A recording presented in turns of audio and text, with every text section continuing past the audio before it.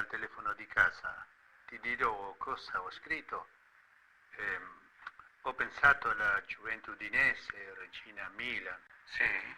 Ecco gli arbitri da includere nella lista. Includere Albertini, Rodomonti, Racalbuto. Non credo che ci siano problemi nella lista.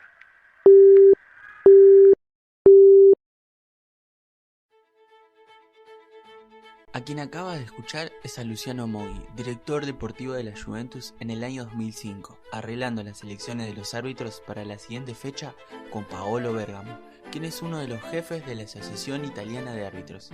Esta llamada interferida fue un momento clave en la investigación contra un posible sistema criminal y corrupto que involucraba a los equipos más importantes, al igual que a los directivos del más alto poder en la Asociación del Fútbol Italiano.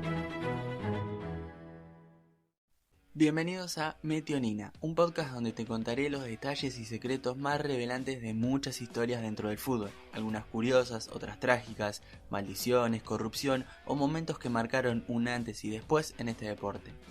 Soy Tomás Grimoldi, quien te guiaré en este recorrido de conocimiento y descubrimiento. Quédate para conocer la historia de Calciopoli, uno de los escándalos deportivos más resonantes de este siglo. En el año 2004, la Juventus claramente estaba posicionada como uno de los equipos más importantes de Italia. Luchaban palo a palo con el Milan por los títulos de la Serie A. En la temporada 2003-2004 fue el equipo Rossineri el campeón, pero desde el siguiente campeonato Luciano Moggi hizo literalmente todo lo posible para que vuelvan a ser campeones. Ya se rumoreaba con mecanismos o sistemas de corrupción en el fútbol italiano, pero el escándalo que estaba por salir a la luz en el año 2006 dejó a muchos impresionados. Volvamos. Para la temporada 2004-2005, la Juve traería a uno de los talentos jóvenes más importantes de la época, Zlatan Ibrahimović, y conseguiría uno de los mejores entrenadores, Fabio Capello. Para poner en contexto, Luciano Moggi, nuestro protagonista, llegó a la directiva de la Juve tras pasar por varios clubes donde, sospechosamente, tuvo varios escándalos, como por ejemplo la promoción de la prostitución, ya que en al menos 3 partidos antes del inicio le pidió a varias mujeres que mantuvieran contentos a los árbitros. Todo esto cuando era director deportivo del Torino, pero bueno, Moggi era una persona con mucho poder. Si bien inició de lo más bajo, trabajando en los ferrocarriles, fue creciendo y haciéndose un nombre. Ya él estaba siempre un paso por delante y era muy difícil encontrarlo culpable de algo si no se tenían pruebas bastante sólidas. La Juventus, por su parte, era propiedad de la familia Agnelli, una de las más ricas y poderosas de Italia, dueñas de Fiat y Ferrari, entre otros negocios, que contribuían al 5% del PBI anual del país. Por otro lado, el Milan tenía como dueño a Silvio Berlusconi, que sin más preámbulo era el primer ministro de Italia. 2 fiscales fueron los principales investigadores en este caso, Pino Narducci y Attilio Auriocchio, quienes tenían sospechas de algún tipo de organización criminal mafiosa en los más altos niveles del poder del fútbol italiano. Todos los rumores estaban conectados con la Juventus. Lograron conseguir órdenes para interferir teléfonos y se pusieron en marcha para descubrir todo sobre también una llamada pandilla romana, conformada por los árbitros más importantes de la Serie A. El primer gran escándalo que descubrieron sucedió en noviembre de 2004. En un Regina vs Juventus donde los locales ganarían 2-1. Todas las miradas se fueron hacia los árbitros del encuentro, Gianluca Paparesta y Aniello Di Mauro, quienes anularon 2 goles por fuera de juego dudosos para la Juve. Errores que para la época, sin VAR, eran muy comunes de ver, pero lo resonante para los investigadores ocurrió después del partido. En una llamada interferida por la noche, Moggi habló lo siguiente.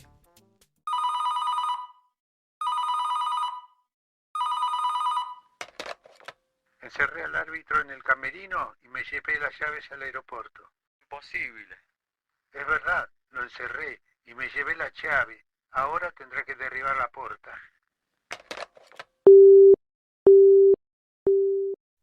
Este fue un hecho que dejó asombrado a los fiscales. Un director deportivo puede enojarse todo lo que quiere, pero ir a buscar a un árbitro y sobre todo agredirlo está prohibido. El árbitro Paparesta declararía luego que Luciano entró al camerino a quejarse. Le dijo que fue vergonzoso y absurdo que hubiera anulado esos goles.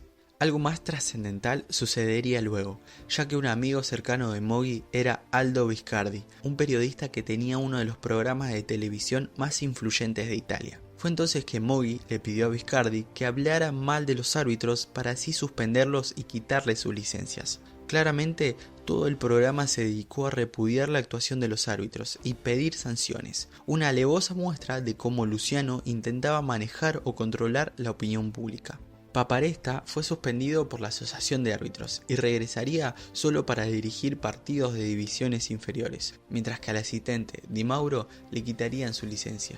Pasaban los meses y las llamadas hasta que entre los directivos se pusieron de acuerdo en hablar con distintos teléfonos y en reuniones presenciales para evitar las interferencias telefónicas, cambiando de tarjeta SIM inclusivamente, típico de grandes grupos criminales.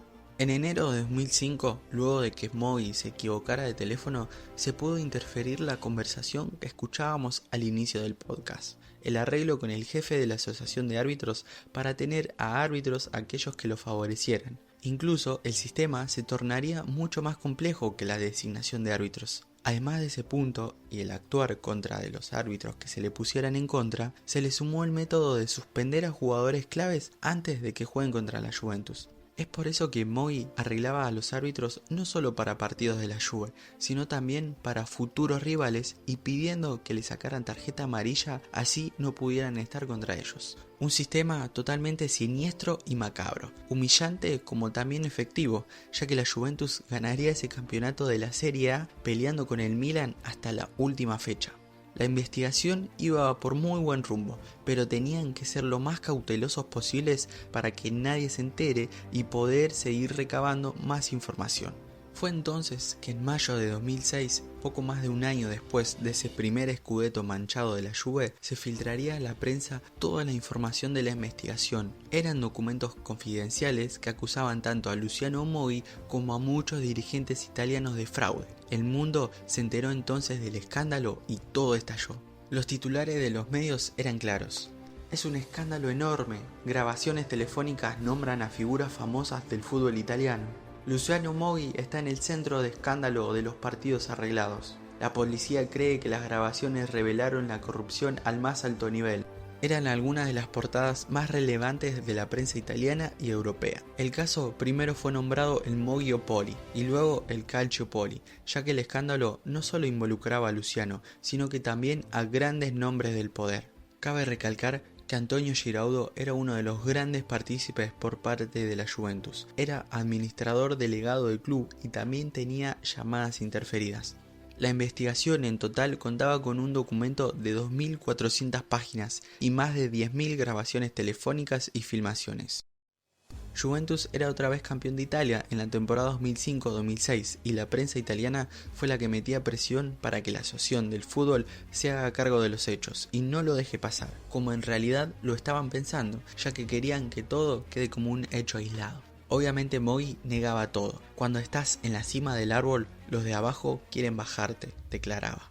Silvio Berlusconi, dueño del Milan y primer ministro, declararía que este escándalo es una crisis ética y que también los dos títulos de la Juventus le tendrían que pertenecer a su club. Unas declaraciones que envejecerían muy mal rápido, ya que al poco tiempo se dio a conocer que el Milan también estaba implicado en los arreglos de los árbitros.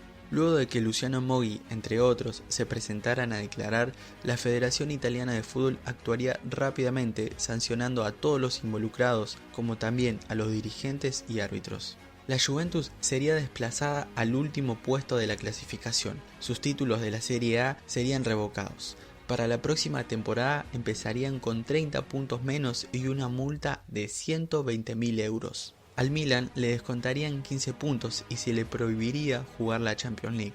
La Fiorentina y la Lazio también estaban condenados al descenso. Finalmente, el título de la Serie 2004-2005 quedaría vacante, mientras que el último de la temporada 2005-2006 se le otorgaría al Inter por estar arriba de la tabla y no estar involucrado en el asunto.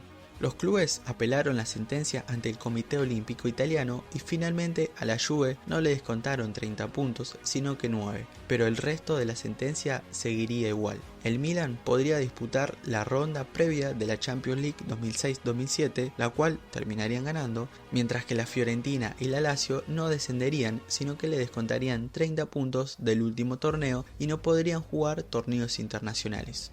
Otros de los clubes involucrados fueron Reggina, Udinese, Messina, Arezzo, Crotone y Avellino, demostrando que no solo participaron equipos de primera división, sino que también de otras.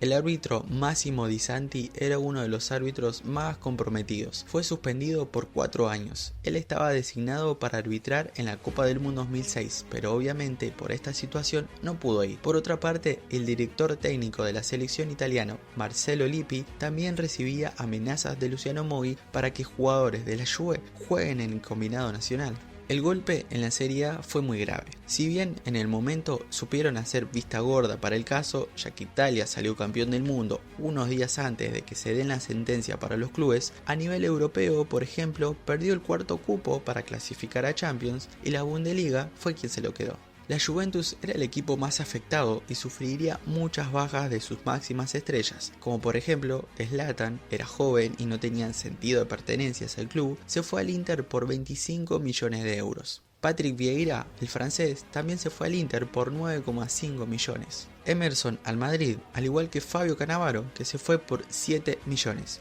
Un precio bajo por ser campeón del mundo y un Balón de Oro. Gianluca Zambrotta no quiso quedarse y se marchó al Barcelona, al igual que Lilian Thuram. Pero también la Juventus tuvo la fortuna de que varias de sus figuras decían quedarse por amor al club, como por ejemplo Alessandro Del Piero, una leyenda que se retiraría en el club en el año 2011. Gianluigi Buffon, quien tenía buena edad para buscar otro equipo, pero se quedó y terminó siendo uno de los máximos referentes de la institución. David Trezeguet también tenía un gran amor por la Juve y estuvo hasta el 2010. El uruguayo Marcelo Zelayeta, quien aprovechó la oportunidad de que se fueron varios delanteros. Robert Kovac, el croata, era uno de los jugadores más experimentados. También Pavel Nedved, quien había llegado en el 2001 y ganaría el Balón de Oro en el 2003, sintió la necesidad de quedarse y ayudar al equipo. Giorgio Cellini también le fue fiel a la Juve y Mauro Camoranesi, quien rechazó varias ofertas de España y Francia después de ser campeón del mundo para poder ayudar al club, donde se quedaría hasta el 2010.